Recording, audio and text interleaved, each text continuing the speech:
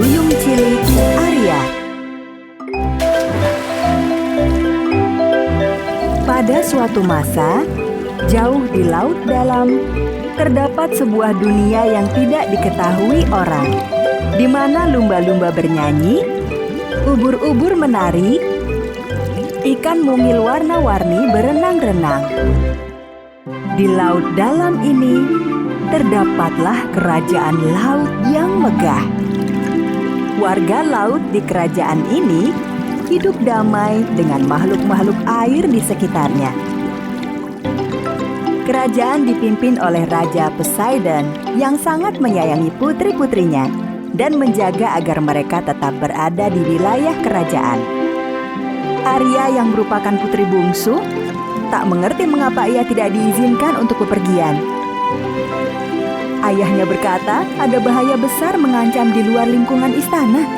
Arya berpikir pasti yang dimaksud adalah manusia dan makhluk-makhluk yang hidup di daratan. Arya, suatu hari nanti usiamu akan cukup matang menyandang mahkota. Namun hingga saat itu tiba, kau harus tetap tinggal di istana yang aman. Ayah melarangmu pergi. Tapi, ayah, aku ingin tahu tentang manusia dan hewan yang hidup di darat. Manusia darat tidak pernah menghargai kehidupan laut. Mereka membuang sampah di lautan. Kita tidak bisa mempercayai mereka. Jadi kau harus mempercayai ayahmu, Arya.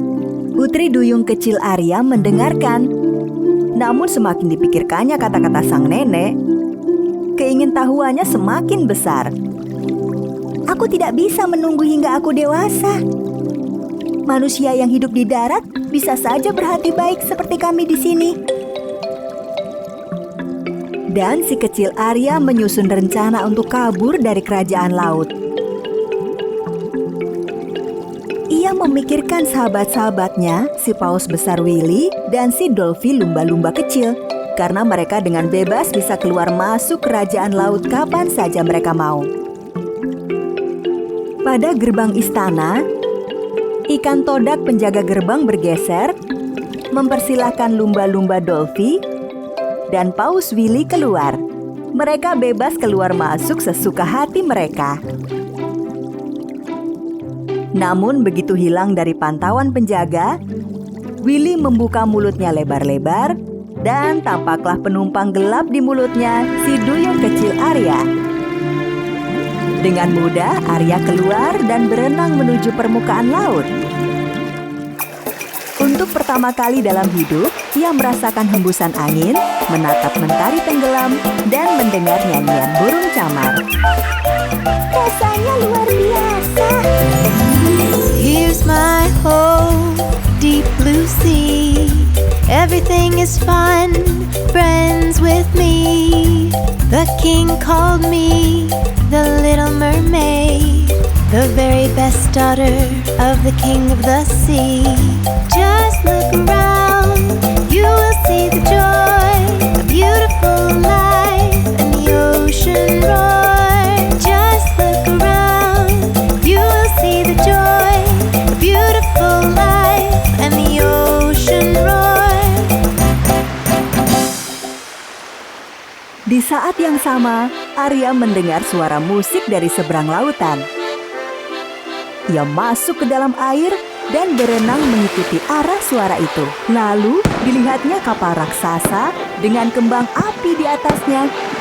Wah, kapal! Ayo Dolphy, kita mendekat. Berhenti Arya, berbahaya. Sahabatnya Dolphy sudah memperingatkan, tetapi Arya tidak mau mendengar. Arya, berhenti! Ia berenang ke samping kapal, di mana ia dapat melihat raja kerajaan darat dan putranya, Pangeran Edward, tengah merayakan ulang tahun sang pangeran. Pangeran, Arya, kita tidak boleh di sini. Para tentara itu bisa saja berbahaya. Kita harus kembali ke rumah sekarang. Mereka mungkin sudah melihat kita. Sang pangeran mulai memainkan serulingnya pada haluan kapal. Sepertinya dia bukan orang jahat. Arya bersenandung mengikuti irama seruling dengan suaranya yang merdu. La la la, la la la la la la la, la la la la la.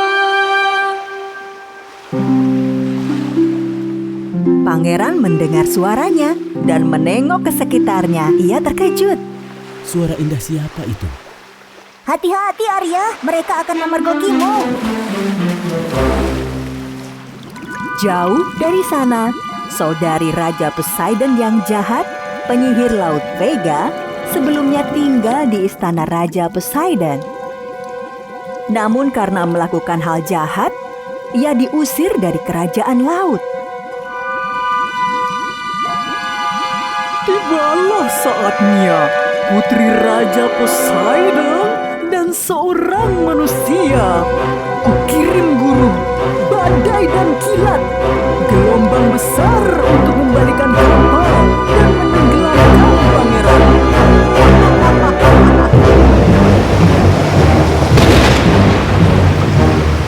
Karena mantra penyihir laut, gelombang besar memecahkan kapal sang pangeran. Tidak, kapalnya akan tenggelam. Kita harus menolong mereka. Arya menyelam di tengah gelombang, berenang di antara puing-puing kapal, hingga ke dasar laut. Ia melihat seruling pangeran dan mengambilnya. Kemudian ia melihat pangeran tenggelam ke dasar lautan berpasir. Diraihnya tangan pangeran dan berenang secepat mungkin menuju ke daratan. Bangunlah! Ayo bangunlah!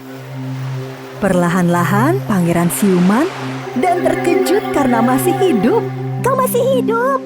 Dan dilihatnya putri duyung cantik berambut merah di sampingnya. Arya mendengar suara anjing menggonggong dan tersadar ia berada di daratan. Lalu segera terjun kembali ke dalam air. Raja, para prajurit dan seorang wanita muda tengah mencari sang pangeran, berharap menemukannya di pantai. Seorang gadis menyelamatkanku. Ayah, aku tidak melihat wajahnya, tapi aku merasa pernah mendengar suaranya. Sementara itu di lautan, Arya kembali ke kerajaan laut. Ia masih menggenggam seruling pangeran dan terus berpikir betapa tampannya dia. Ayahnya tengah mencari dirinya. Ketika dilihatnya seruling itu, ayahnya tahu bahwa Arya baru saja pergi ke permukaan laut. Ayah sudah ingatkan kau Arya. Kau tidak mau mendengar dan malah bepergian keluar dari istana. Kau seharusnya sabar menunggu. Tetapi pangeran hampir tenggelam. Apa? Pangeran? Kau tinggalkan perlindungan istana Arya. Kau harusnya percaya pada ayah sehingga ayah bisa melindungimu dari bahaya. Ayah melarangmu pergi keluar dari kerajaan laut. Raja Poseidon pergi meninggalkannya. Beliau sangat kecewa dan mengkhawatirkan kondisi batin putrinya. Namun Arya bersikeras bertemu dengan pangeran kembali. Dan ia melakukan kesalahan besar. Lagi-lagi ia pergi dari kerajaan laut, mencari penyihir Vega pada bagian tergelap dalam laut. Ular berkepala dua penjaga istana Vega dengan waspada memandang sekelilingnya dan melihat duyung cilik datang. Vega, putri raja telah datang. Saatnya untuk membalas dendam pada raja. Aku sudah mengira dia akan datang. Ia punya jiwa pemberontak. Biarkan ia masuk, ular. Arya merasa agak takut, namun ingin kembali bertemu pangeran. Sehingga ia minta bantuan penyihir. Vega bersedia membantu, namun ia mengajukan sebuah syarat. Akan kusiapkan ramuan ajaib agar bisa mengubahmu menjadi manusia. Kau akan bisa berjalan di atas daratan dan menari bersama pangeranmu. Tetapi sebagai imbalannya, aku akan mengambil suara indahmu. Suaraku? Maksudku, tanpa suaraku? Arya mengangkat bahu dan menerima tawaran itu. Sebab ia bebal dan batinnya menginginkan jatuh cinta pada pangeran. Tapi ingat, ramuan ajaib hanya manjur selama 3 hari saja. Kecuali kau mampu membuat pangeran jatuh cinta padamu. Kalau tidak, kau akan kembali menjadi duyung dan akan melupakan pangeran maupun ayahmu. Arya sangat gegabah dan meneguk ramuan ajaib itu. Lalu ia berenang ke permukaan laut. Begitu mendekati daratan, ekornya perlahan menghilang dan digantikan dengan kaki manusia. Sahabatnya Dolphy melihatnya dan bergegas membantu. Arya, kau belum pernah punya kaki sebelumnya. Kau harus berhati-hati. Duyung cilik berhasil mencapai pantai dengan bantuan Dolphy. Pangeran Edward sudah ada di sana, mencari gadis yang telah menyelamatkannya.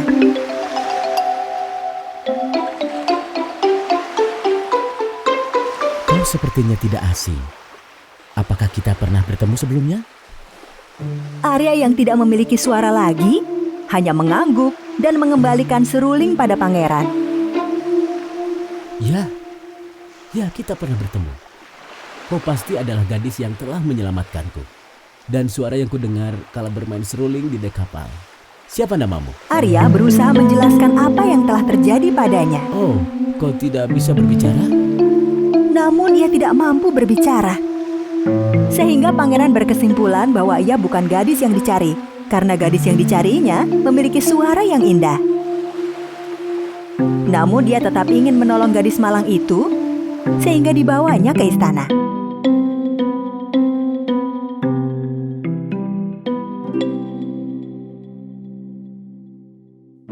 Di istana, ayahanda pangeran tengah mempersiapkan pernikahan putranya dengan seorang gadis lain. Arya menatap dari kejauhan dan merasa sedih karena tidak dapat menikah dengan pangeran. Hari berganti dan ia tetap tak mampu menjelaskan pada pangeran. Arya menyadari ramuan akan segera hilang kemanjurannya dan segera ia akan kehilangan ingatan. Arya berpikir tidak mungkin membuat pangeran jatuh cinta padanya tanpa suaranya. Hingga tibalah hari ketiga. Arya sangat sedih. Namun saat itu juga, sesuatu yang tak disangka terjadi. Saudari-saudari duyungnya muncul dari laut bersama neneknya. Cucuku sayang, kami datang untuk menolongmu dan mematahkan mantra jahatnya. Lalu gelombang meninggi, membentuk percikan raksasa. Kemudian muncullah Raja Poseidon dari dalam air. Arya, putriku yang cantik.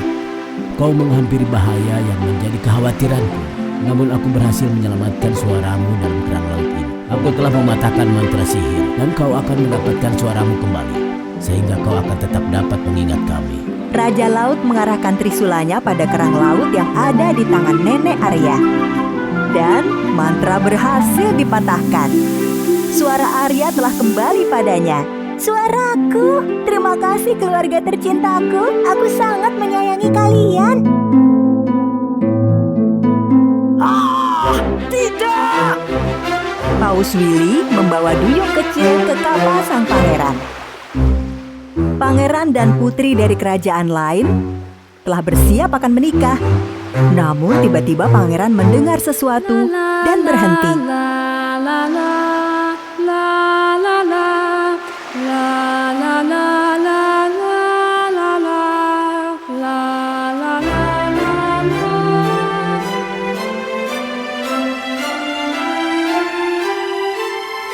Itu Arya yang telah mendapatkan suaranya kembali. Begitu melihat Arya di atas punggung Paus, Pangeran Edward terjun ke air untuk berbicara dengannya. Ternyata itu kau. Aku tahu, kau gadis yang telah menyelamatkanku. Namaku Arya. Akhirnya Pangeran Edward membatalkan pernikahannya dan sepakat berdamai dengan kerajaan laut milik Raja Poseidon. Arya merupakan putri duyung pertama yang belajar untuk hidup di darat sebagai manusia dan sekaligus menjadi putri duyung di lautan. Dan akhirnya ia dan sang pangeran bersahabat dan akhirnya menikah. Lalu hidup bahagia selamanya.